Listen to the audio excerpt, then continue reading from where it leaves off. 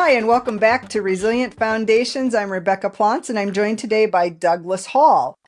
Doug is a longtime coworker of mine and colleague. We've gone through a lot of the wars in the project management, big initiative, crisis management world, and we're going to talk again today about some real life experiences.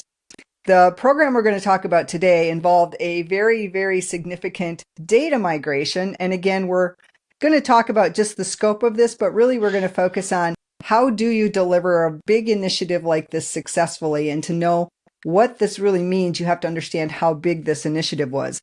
So the data migration was actually one track of 7 in a very large program at a Fortune 50 company.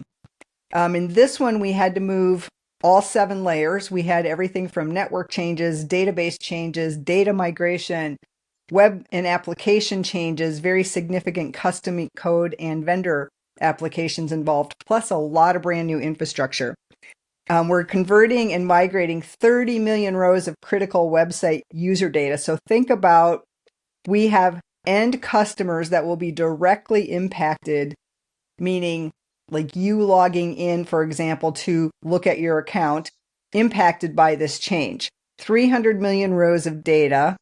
We had to do 1 million transactions per minute. It had to meet a very, very high availability implementation, all brand new technology that hadn't been run by the engineering group before. We had to take down a Fortune 50 website. We had a board approved takedown for up to 20 minutes. And we actually did meet that with 0 defects. We had to recycle a whole bunch of servers and repoint to a brand new database with brand new application code. So it was a very, very significant, very tricky implementation. Had C-suite and CEO visibility on this one. And so we had regular check-ins and 300 applications that had to be reintegrated to this new implementation. So we had a lot of stakeholders on this one. Anything I missed, Doug? No, I was sitting here thinking, what the hell were we thinking? My God, uh, that was a huge one. That was just, like I said, when you're listening to that, you're like, my God, yeah, I don't. A lot, That was crazy. a That was lot of crazy. complexity to that one. And I remember even just sitting in the war room planning this thing out for a month, trying to figure out how are we going to do this. So that is the project we're going to cover today. We're going to focus on some highlights related to this. And I would say on this one, my top 3 highlights were just the scale of the program and how complex, because each piece actually relied on the other piece. When we had 7 project managers working on this with their Well, own just think track, think about this. My piece alone was was huge, insane. was You huge. had 7. You directed 7. I was merely 1. Well, but and they all had to integrate to each other. That Yeah. was the thing. Like every track relied on every other track. There was nobody that was really standalone in this. So organizing the process of putting all the build together, the design and the build, and making it all work with the technical teams was pretty significant. The second highlight of my 3 would be just the amount of stakeholders and change management, because I think we learned from the project right prior to this. I think the lesson I learned was, boy, we better have the Yeah. stakeholders, especially the big ones and the influential ones, at the table from day one, every step of the way. They need to be involved directly in setting the course of the program. And I think Yeah. we did a much better job from that lesson learned. So this is why like a failed project can actually turn into a wild success, because this one was one of Yes. the most successful I've ever been involved in at this scale. Yeah. And the third one for me was just that regular negotiation every single day between members of the project team itself, like your lead level people. We were negotiating stuff every single day. What are our trade-offs? What are our risks? What are our issues? Doing our regular stand-ups and trying to figure out where are all the moving parts and our key milestones. But then all the way up and down to the C-suite. Where do we have to get approval for risk, approval for budget, brand new machines that were, I think this was a $30 million project back in the day, because we had a lot of highly complex, very expensive equipment we had to implement. So that daily trade-off of budgets, are we in budget? Are we not in budget? Are we on schedule? Are we not on schedule? Where do I need the executives to sign off on taking risk, which towards the end to be live on time, we ended up doing that. I don't know. What are your top three? You asked me like that, and I'm sitting here thinking I got 1,000. Number one was just the innovations that we came up with, and we'll go through what I'm talking about. But that was impressive. We had, again, and I keep saying this because it's true, we had some brilliant minds. We had three companies, ours and two of the database companies. Am I allowed to name? No. Sybase and Oracle. I mean, it's just database. But we had their most brilliant architects and minds on these projects. So we came up with new tech that had never been tried, never been developed. That was number one. Two was just the sheer putting together the operational plan. We had invented scoring models to get through every single option because we had, with that input from the business, we had people telling me, we're doing it this way. Okay, great. Duly noted. The third one was just the sheer implementation night. We had rooms of supplies. We were going to be there for the weekend, and it was a holiday weekend because we needed the extra day, we thought. So those three events were just huge, and it took a lot of work, and the accomplishments to get through them all were still, you and I are still gushing over it because it was amazing to be a part of. I think So the scale of this was we didn't know until after the fact. People in the company were taking bets on the failure of this project, yeah, like how bad it would fail. yeah. And you don't realize how big it was until after the fact. And we just looked at each other like, wow, that was, I think the gravity hit when the CEO of this company's right hand person was on our call that night. And there was a surreal moment, I think, and I will say this right up. I had a project implementation plan of, I think it was like 1,500 to 1,800 lines, steps. That's how big this thing was. 695, I took this website down globally. That was the most surrealist moment of my entire career because we had tested it 1,000 times. Flippantly said, okay, step 695, take it down. That actually, it was like the scene in Star Wars where they took the tractor beam down. It was my lead engineer just had this look on his face like, yeah, we're down. I'm like, oh. And at that point, it might not come back up. So we'll see. That was what everybody was betting. We may So not yeah. we may not be employed, or we were going to have a lot of No, bugs. we were not I going to be employed. There would have been a badge moment like right now. speak of Thanks. high See you stakes moments. This is a high stakes later. moment. We might not be employed after this cutover. Yeah, step 1602, give your badge back to the security guard that's standing Right. outside your room. For sure, for sure. Yeah. So let's talk about like what did it take, in your opinion, what did it actually take from a leadership standpoint to deliver something like this, particularly like in your space of the data migration? I think you know this, but I think I learned this from you, is just not only convey the message you need to, because there were business executives and all that within the status meeting. And my part, I had a certain window once one of the other leads got the actual infrastructure out. It didn't matter what my status was. We didn't have the infrastructure. It didn't matter. Honestly, my part of the program was blowing up so bad. We were laughing. We were sweeping pieces off the floor every single hour because of the complexity of this thing. It mattered. The sequencing. Sorry, the sun is again coming up. The sequencing of this mattered, and we were always trying to find out what was causing. So we were blowing up all over the place. But in your status meetings, I only had to say, at this point in time, there's nothing that's going to delay me from meeting my deadline. And I remember I had two engineers attending that meeting, and I walked out, and they were like, "What are you talking about? You are lying. We can't even get to step two." And I said, "Until this person gets his part done, I don't have to say anything about not meeting a deadline." I think I Thankfully, was glad after, I didn't know that at that point. Yeah, Would have been I losing didn't sleep. have that was I learned from your poker face. I was just sitting there going, "Oh my God, I'm not saying a word." I didn't have to. Literally had 6 weeks after he said he hit, and I was like, "I'm not going to mention that I stepped over our pieces parts coming in there." I Yeah, yeah, but basically at this moment, the Heat was on a whole nother team because they were in your critical path of delivering. yeah, Like I had until a they great time in your status meetings. Yeah, everything's good. Yeah, your stuff was really the very last part of Yeah, delivery. So you had more time than anybody else had.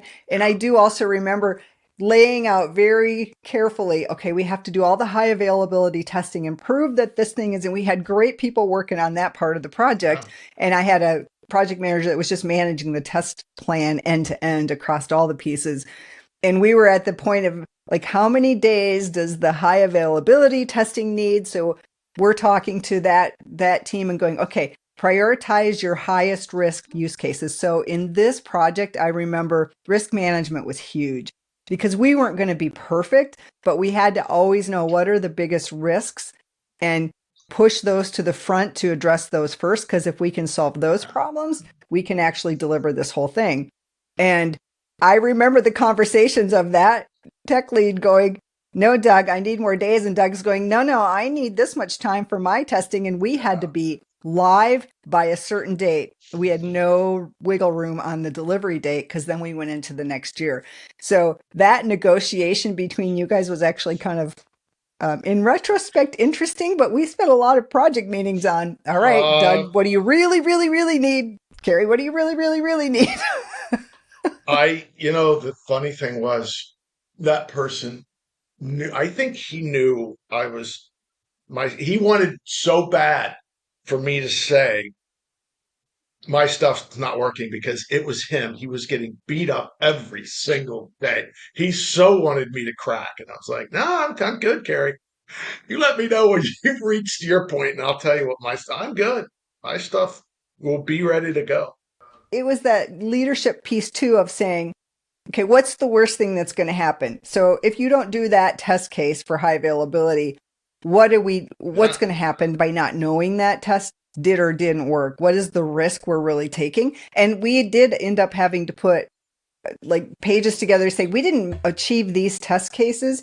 Here's what we think the impact of that not happening is, because somebody's going to have to sign off on the risk. I wasn't at a high enough level to do that. And we ended up going to very senior people to sign off on this whole list of Well, we risks, had which to. was right before go live. Yeah, We had we to had to. because the amount of stress that I was going to be putting on this system. Yeah.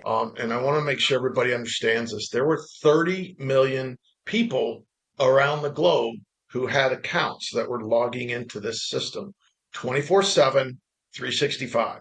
We had 300 million rows of data. There, all your information that we had to move from Sybase database.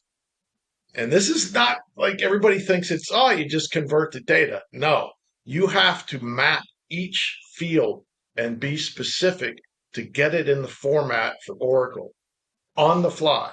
So just so you understand what we had to do. Do you want me to talk about this now or do you want to? Yeah. Yeah. Go for it.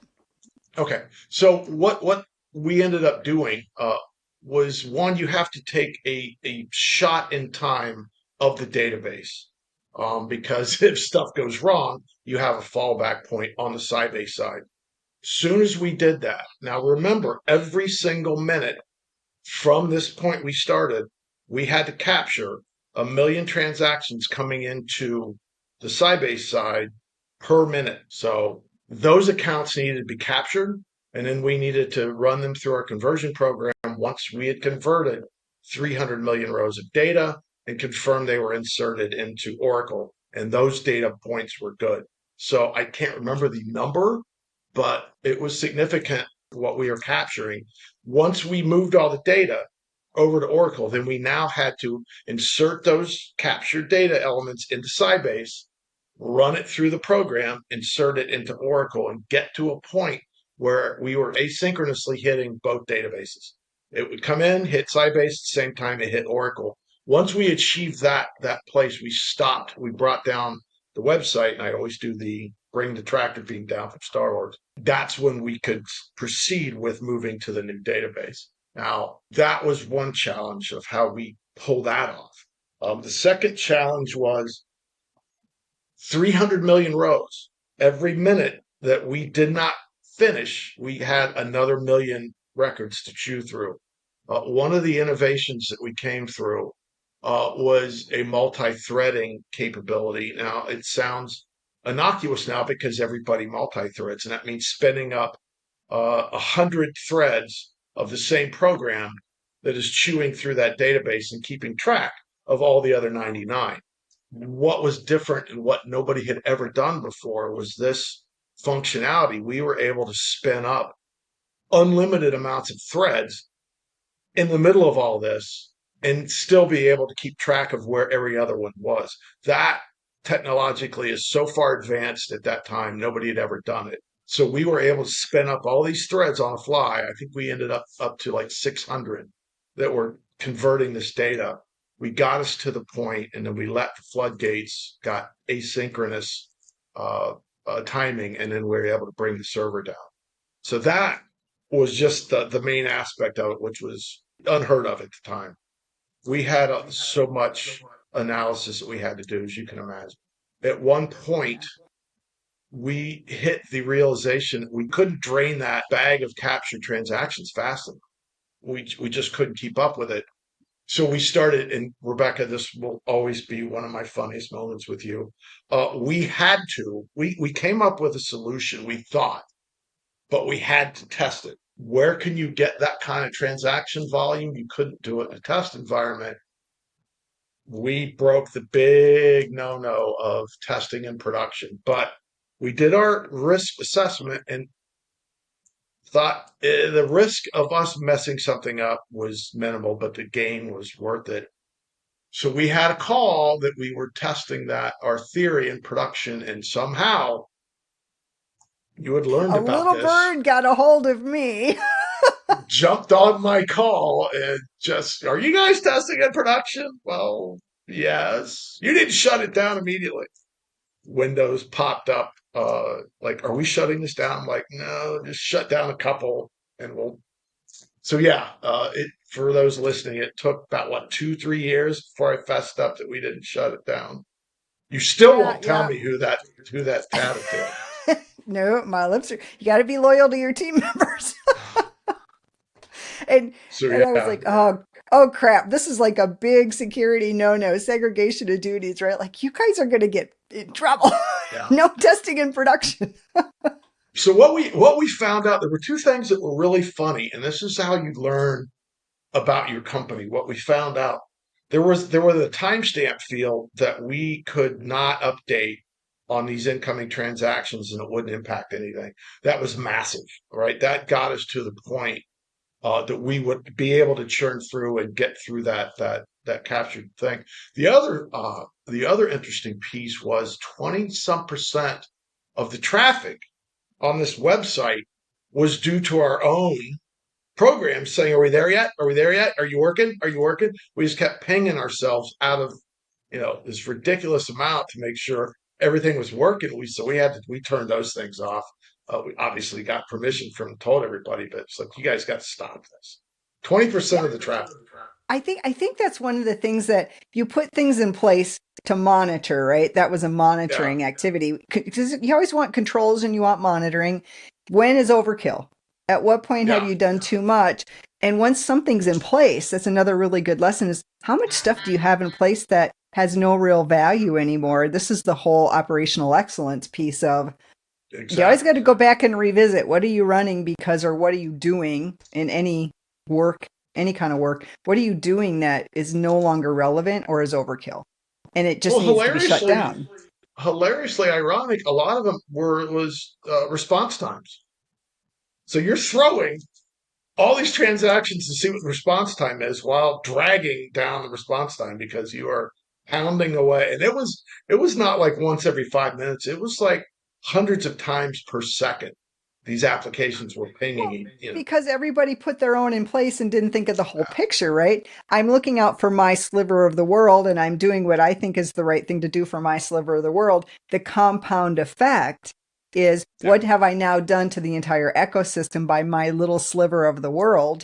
And we don't always think about that. We don't think about I'm compounding some other thing going on. And it's the law of unintended consequences that we end up with. exactly. It's you do these projects, you pull the hood, you open the hood up, you see like a lot of the skeletons in the closets, and you see a lot of the what started out meaning good, great but then we just went out of control, and nobody ever stopped to say we have 300 applications, all of them unleashing this torrent of status checking calls, and it was hilarious because those are all updating databases, those are all updating the times, and they're all then they start reading each other, so that's even more traffic. So we just kept.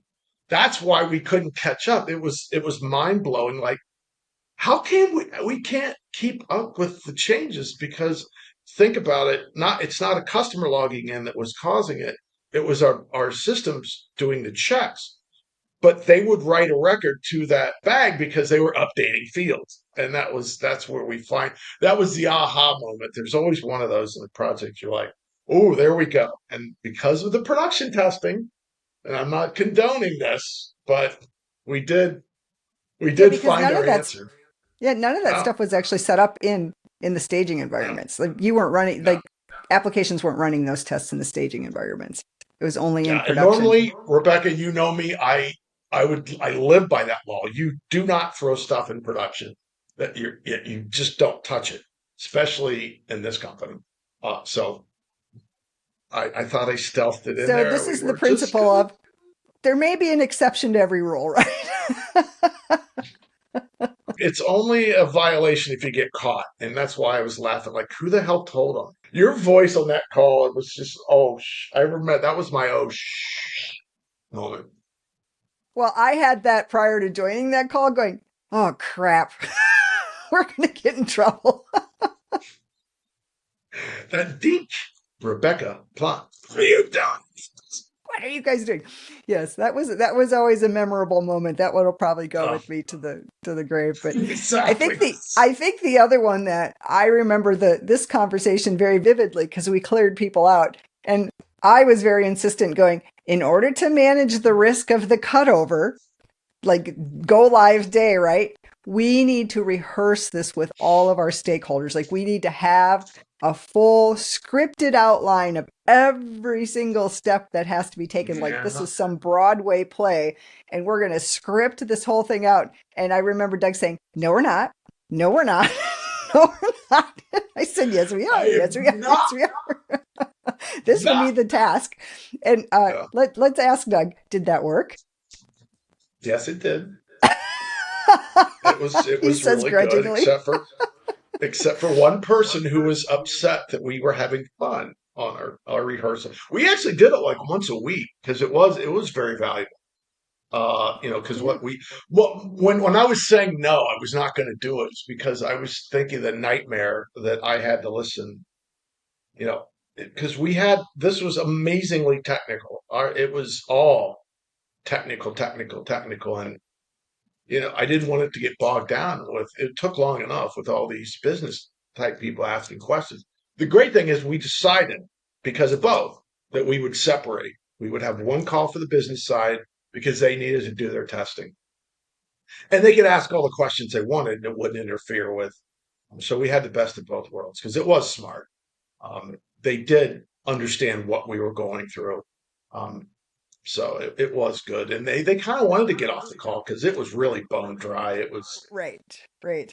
I think the thing that for me it was sometimes you create that transparency with your stakeholders and then they don't feel so worried about like I don't know yeah, what's in the black box, right? You're trying to open that black box up to them and say, instead of just saying, hey, trust us, now it's you're part of this with us. We yeah. want you to be there every step of the way. And let's walk through every step, which is also why you knew why it was step 695. I think you said that was take the website down, right? Forever. Well, I might just have that on my headstone.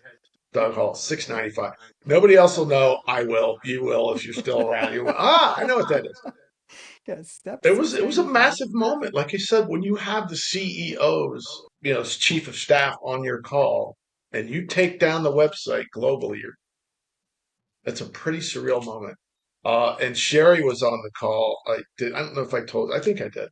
I gave her the password so she could listen to it. She was like, "Oh my God, the website was down." I went, "Yes, it was." She was our You're end amazing. user experience tester. Yes, she was always, yeah, she's always pointing out what wasn't working. So she was our, yeah. It worked. It's And I think down.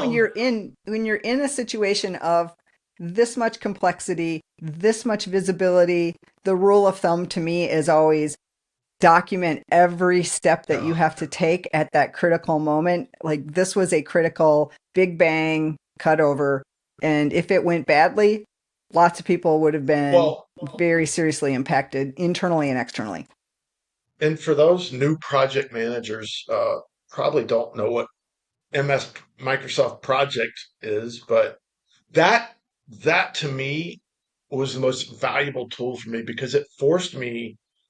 I would erase it. It's like a whiteboard for me. I would start in building, and then I would have to erase it because it did make sense. If I couldn't make a project plan and separate it out correctly, then it was wrong. And so that helped me get through the thought process of how do I chunk this out? What big tasks, big rocks? And then I could go down in detail. And if it kept flowing that way, then it was right organized. But I probably started out 20, 25 different project plans for this because none of it, I couldn't get it all to mesh because of the way it was organized. But that was a valuable tool for me to get it all organized because you would go insane. There was no way you could pull this off. There were too many working parts. Um, like I Yeah. said, just the logistics of how we operated each program and I had to figure out, what data we were mapping. How would it work in the other database? One of the biggest problems is date and timestamps. Those things blow up. I've done a lot of conversions in my life. That is the worst field ever, date and timestamps, because every database handles it differently. Um, and I also want to get through one of the best things we did was this is the keeping the business aligned. We had to figure out how we were going to do this. Not only technically, because that was kind of cut and dried once we started getting through the multi-thread issue and the data capture issue. Technically, you can solve anything. It just takes, time and effort and testing and confirmation of your theories. What we struggled with was how are we going to do this? We had to move 300 business applications over, and the business is always risk adverse, and their go-to position was we'll move everything bit by bit. We'll move one application at a time to the new environment. Great, that's a good thought, but it logistically is technically it's a nightmare. And so what we did as a team was Well, one, the I locked, what it meant was we had to have two big environments running in yeah, parallel and keeping yeah, those environments in sync while we moved applications, I think was the real right. risk there. So yeah, right. You have 209. You move one application over to where it hits the Oracle database first. Then you had to reconvert it back to Sybase and hit Sybase to keep those two databases in sync. The other 299 business applications were hitting Sybase first. We had to convert to Oracle and load them in and confirm all this. So you've got literally two data sync processes, amazing amount of risk, but the business didn't see it that way. So what we did, and I locked, this is probably one of the funniest weeks of our lives. I locked all of these people physically, not physically, but I mean, most of them were in the office. We locked them in a room for 8, 10 hours a day for a week, coming out with what are our options. There were no bad ideas. Whatever bizarre thing you thought of, we would hash through it. I developed this scoring model. Well, we all did, but I mean, I developed a scoring model for each option we came up with. We had to walk through every, and it was painstaking. It was like 15 pages of questions. Like, what risk is this? What does this cause? What about back? All this stuff we went through and just statistically scored each option. I think we had 7 options Um, three of which were viable. The other four, they were brought up by the business. We had to score them, and their scores were just like wow. So the highest score was the safest, the best, lowest score. So when all this happened, we got all our stuff done. I got this presentation. We had all the business VPs in, and we're sitting there before the meeting, and one of the big VPs came in for the big application. And he looked at me. He goes, "If you think we called it the Big Bang Theory, was everything, all apps were moving at once, and then we'll bring it up live." That was called the Big Bang Theory because what a great, yeah. If it worked, great all at once. If not, the big explosion, we would no longer have jobs. I mean, that's a principle. Like, just like don't test in production. This is a principle. Don't do it all Yeah, at once. Don't take the big bang. That's a principle yeah, that you live and die by. But in this case, data proved otherwise. yeah. And so, yeah, the VP, if you think I'm going to vote for that option, you're nuts. Great. Thanks for, putting that out there before I even get started. So we go through every presentation and every option and walk through exactly how we scored it and what each option scored. And at the end, list of the options recommended, Big Bang, and all the other ones. Everybody voted for the Big Bang, or no, we didn't ask for the vote right there. We said just take some time, read through the presentation. And the same VP came up to me after everybody cleared, and he goes, "I'd be an idiot if I didn't vote for the Big Bang." And I just went, "Well, it's all there." So that, Due that was a diligence. good moment. Yeah, When and you're it in was that much important. Yeah, when you're in that much risk, due diligence matters. You have to go to that nth level of degree of analysis. Like a lot Well, of times I'll say be 70% confident, but in this case, I was like, no, you need to be about 95% confident on this decision set. exactly. Again, I learn every single day. You learn different perspectives, and you have to be open to them. So at that point, the business was looking at the big risk in their minds were moving everything over at once, like you had said. What they didn't understand, and I get that, right? We understood that. But what they didn't understand was by doing that, the technological risks were exponentially worse because you had sync up data. There was so many chances of it being corrupted. And just once you corrupt data, you're in deep trouble. And It's this like was cutting an encrypted artery. data, so it's Yeah, like hard to recover encrypted data like that. And the customer yeah, experience would have been horrifying. yeah, yeah. Because once you start corrupting login data, information, and so once we started painstakingly illustrating that in a very unpassionate, very business friendly conversation, it started to sink in that moving slowly was really the huge risk. And that's the Big Bang Theory didn't feel so bad after that. It was like, okay, that makes sense.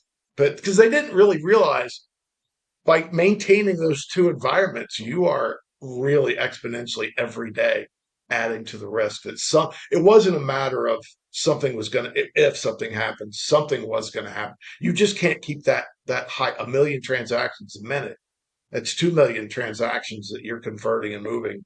That exponentially gets worse. Yeah, and I think this is where it's like knowing the stakes, how big are the stakes of any given situation, and knowing when, okay, the stakes here are so huge that if I don't take that extra time to do the due diligence and not just rely on my bias and my assumptions, like my historical experience, when does data have to, like an analysis and a due diligence, have to override my assumptions and my bias of what normally is the right thing to do? Right. When do I know Yeah. I'm up against a potential exception case? That whole testing and production thing. Well, yeah, And you and were I right. You were right about that. so, and I would be remiss, and probably one of the funniest, second funniest moments of our relationship was Rebecca and I. Well, I will say this: I had a very robust test plan because this scared the hell out of me, and we had to beat this to death. So I had a really big test window, and Rebecca and our VP was after this every single hour of the day. "Doug, how you doing? We need to cut your test time." This went on for weeks. I mean, that was the start and end of every conversation. At one point, I dug in, Rebecca dug in. We had a office clearing, rather passionate discussion. And I mean, people were like, oh, got to go get some coffee. We cleared out what, like 5, 6 rows of Oh, people in our probably three, section. maybe. But Yeah. it was, we were both dug in. And we remained, that was a great thing. We had those conversations. But So I you do had to. remember we were actually laughing, and I think we went to lunch together once we got Yeah. done. Yeah, we did. Okay, good. Thank you. So let's go to lunch. Yeah, I'll buy it. Yeah, it was it's just one of those moments in that week meeting I was telling you about, like the lead architect on our side, the lead of a picked up this is so old ago. This is day planners. You remember those? This big thick calendar. Yeah, That I don't need to be carbon dated now. yeah, yeah. Oh, you no, you were too young for this, but I had. And yeah, he picked it up, and threw it against the wall. I mean, that's we were. It was they were intense, but again, because of the relationships we all had, we all walked out to the happy hour after that. It was just wasn't personal. It was just passion. It just boiled over, but nobody took it at all personal. It was just okay. Let's have a break. Ryan, he's not for this option. That was so much fun. It was. Like I said, Yeah. The you're esprit, dealing I with think I think that's the thing is esprit de corps when you have a team of top talent, which I consider all those people were top talent. Like oh, we had brilliant. another dream team, and the ability of people to persevere, be personally resilient in the face of obstacle after obstacle after obstacle, keep the momentum going over months. And actually that was a 2-year project when all was said and Yeah, done. That first year was really brutal. um, I think like just a team of all stars. And when you see yeah, that level of performance on a team, that was one of the highest performing groups of people I had ever been involved with. And yeah, part of that was keeping the esprit de corps. Everybody's in this together.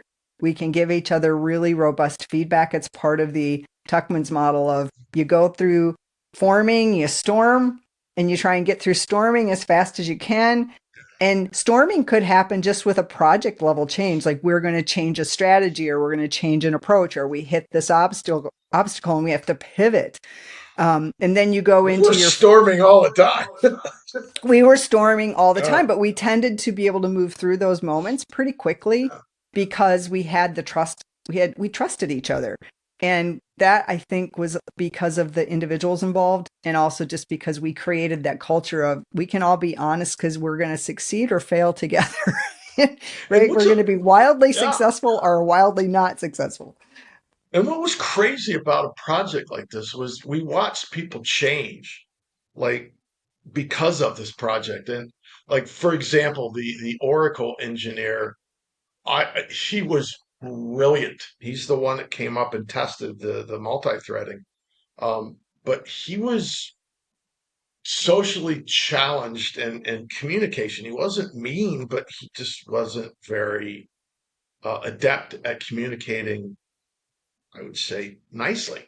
So he would say, "What idiot thought of this?" He wasn't meaning like you're an idiot. It was kind of funny, but he was abrasive to people. And by the end of the project, he was actually a really nice person. He was able to like his real personality came out, and the soft edges came out, and it was pretty funny to watch how different he was. He learned, how to communicate a little better, not so, you know, not so sharply. And I'm somebody who suffered from that a lot myself. So I Yeah, remember some VPs like would be careful when they asked, "Well, Doug, how's it going?" Because I just would tell them, and they were, "Oh, I sorry I asked. didn't Yeah, really want to hear that." But yeah, I mean, I think that's one of the things too for me is I've learned this over many projects because I haven't really ever done anything small. yeah, And you have to you just have to take people for who they are and see their strengths.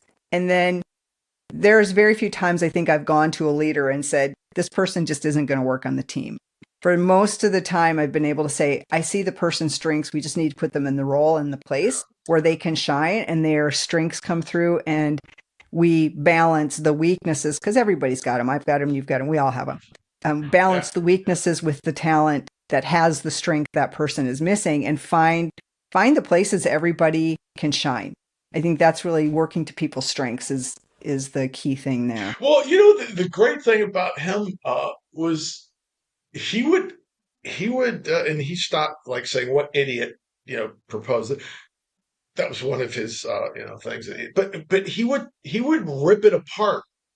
But he would come to the plate with three or four great options instead, and you're like, you can insult me all you want. You're coming up with viable solutions, and that's it was fun because everybody got to know everybody, so we understood what your quirks were, and nobody meant anything personal ever, and so we all adapted to and it was just fun to watch people become best of friends through all of this and have a lot of fun with each other. um we actually got in trouble on one of our test calls because we were having too much fun, and the business person didn't think we were taking it seriously. Yeah, we were, but we would have our moments of just cutting each other and having some laughs. And And I think that's a fine line of basically knowing when is the where people can truly show up and be themselves and be authentic. Where does it actually start to break down the team versus where does it help exactly. build the team? Because it can, if you allow that to go as a leader, if you allow that to go too far, it actually does start to break down the team. So always monitoring the temperature of the team and saying, are there people who are feeling really disrespected? And like, cause I'll be honest, I had people come to me and say, I am feeling really disrespected by that person, Yeah. right? The person you're talking about, where I had to step in as a leader and go, okay, we have to course correct here because this person has a lot of valuable strengths they're bringing to the team. How do we coach this person and give them feedback in a way that they can then develop themselves and recognize that some of those behaviors actually are affecting other team members negatively so that we can all coexist and deliver to our strengths. So there is that point of knowing when are people going too far and I'm accepting Yeah. too much versus because I have to keep the whole team moving and motivated. I can't just orient to this really, really smart person that is bringing a lot to the table. If their But he's behaviors are such, if their behaviors are such that it's affecting other people's performance, then you need to find the way to balance all that and bring Yeah. people back to Well, common ground that's again. always the problem when you lead big teams like this is like, is this person doing this on purpose? Is he just 90% of the he or time they're she not. I nasty mean, person? No, actually, they just you and I 95% of have the time had they're not. conversations about something I had said that I didn't realize that was offensive or I didn't mean anything. But so you definitely it doesn't matter how long you've been in it. You say stuff sometimes that Oh I yeah, shouldn't have, absolutely. We're and all so human, and it's when we're yeah, being authentic, you're probably at some point going to step on somebody and not even know that you're yeah. doing it. Most of the time, it's unconscious. If you're thinking though, and you go to a leader, the leader's responsibility in that state is to listen to both sides and go, Yeah. great, okay, I understand how you could have taken it that way, and I understand where this person might actually not have meant it that way, but let's go figure out how we course correct and what Yeah. behavior changes are needed so everybody is feeling accepted at the table and still able to show up authentically. Well, and it's easier to have that conversation when the person's unaware, or just is a nice person that didn't know. It's kind of funny. We've had all these conversations, like, Right. stop it. Oh, I really didn't mean it that way. I'm really sorry, right? Now I'm aware. I can course correct because now I know that that's affecting I you that think way. you and I have had a couple of those conversations where you're like, "Will you just?" Oh, sorry, I didn't realize it was. Yeah, Because everybody comes with their own unique and authentic, like we're all just individuals. And at the end of the day, the individuals have to form a team. yeah. These were long-term teams that you have to get along with that person, even if Yeah. not. Yeah. You have to put it all aside. They're Mm-hmm. Yeah. It's about the long term relationship, in my opinion. It's like these projects can really build long term. Like a lot of these people are still friends of mine today. And well, and there were a couple of projects where I didn't realize there was a history between a couple of members. Afterwards, like, oh, I can't believe I stayed in the same room with that person. Really? Oh, yeah, we hate each other. I'm like, really? Because it. So I mean, it was fun when you have these projects. You get to see and know. people really, really well, especially when you're like Taz was a good example. Uh, he was my lead engineer for those. He was the one that actually started bringing the website down. I got to know him so well. What we started with was not who the person was, and it was just amazing to get to know him. It's all about giving Really people a surprising. chance. Yeah, Yeah, it's all about giving people a chance and accepting who they are, as long as they're still respecting each other. yeah. Well, he rolled up. I invited him over Thanksgiving to our house. He rolled up in this big, I mean, monster four-wheel. And I'm like, I would have bet millions. You what? That was not something I thought he was into. That just still blows me away. People surprise me all the time in good and bad ways, right? If that was They a really. list of like five things Taz would be doing, that would not even. I would just say absolutely not. Yeah, Oh, it's that's fun. hilarious. Well, it was.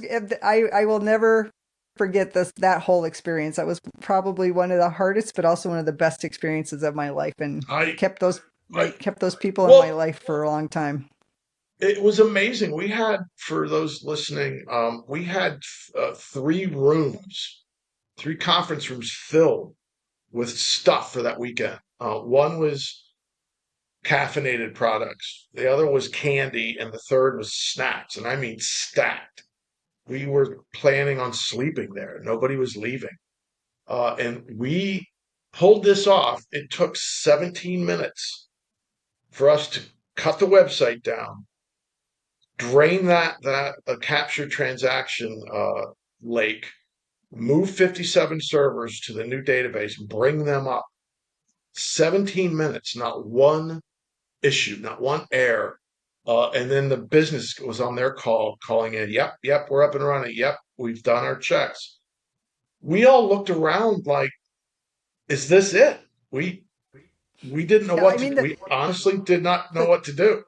the 300 applications, I think, all checked in by an hour and a half after that Yeah, cutover. So we were a total of 2 hours end to end when we had planned at least 48 hours, if not 72. yeah.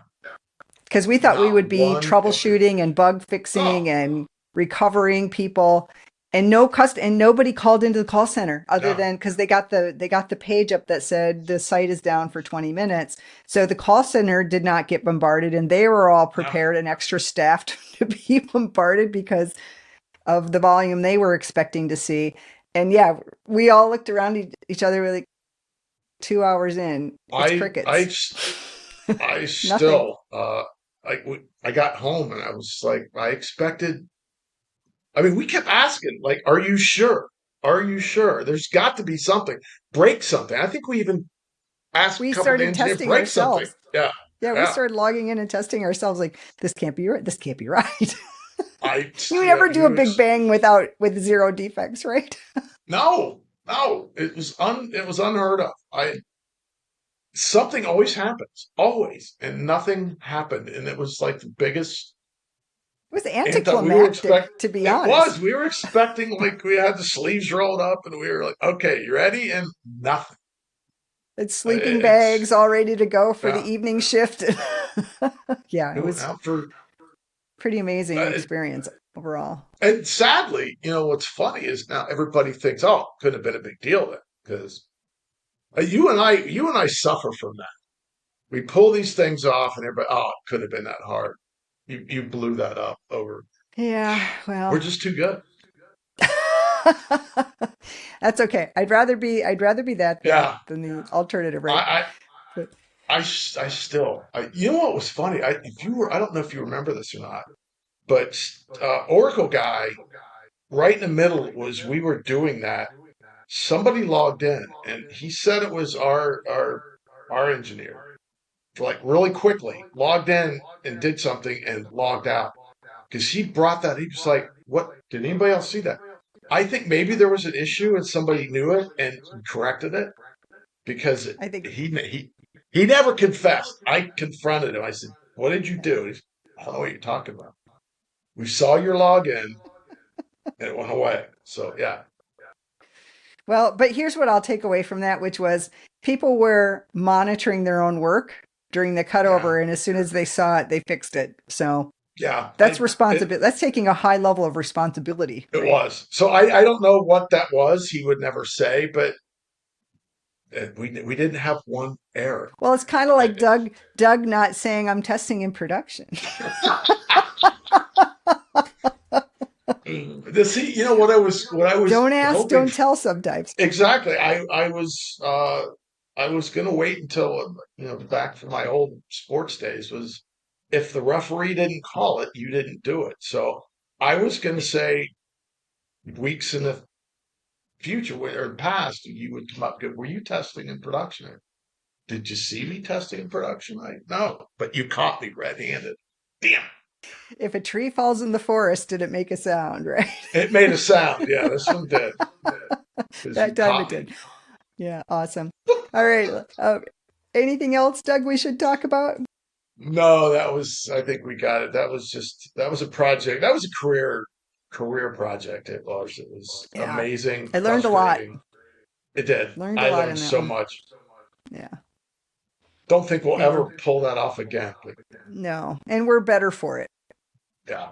Awesome. All right. Well, thanks for joining me here today, Doug. And it's been a great conversation. Great working with you all Always. these years. Hopefully, we'll have more Yeah, conversations. I And hope so. yeah, We've thanks. done a lot. Yes. And thanks for joining Resilient Foundations. If you liked the conversation, please like and subscribe.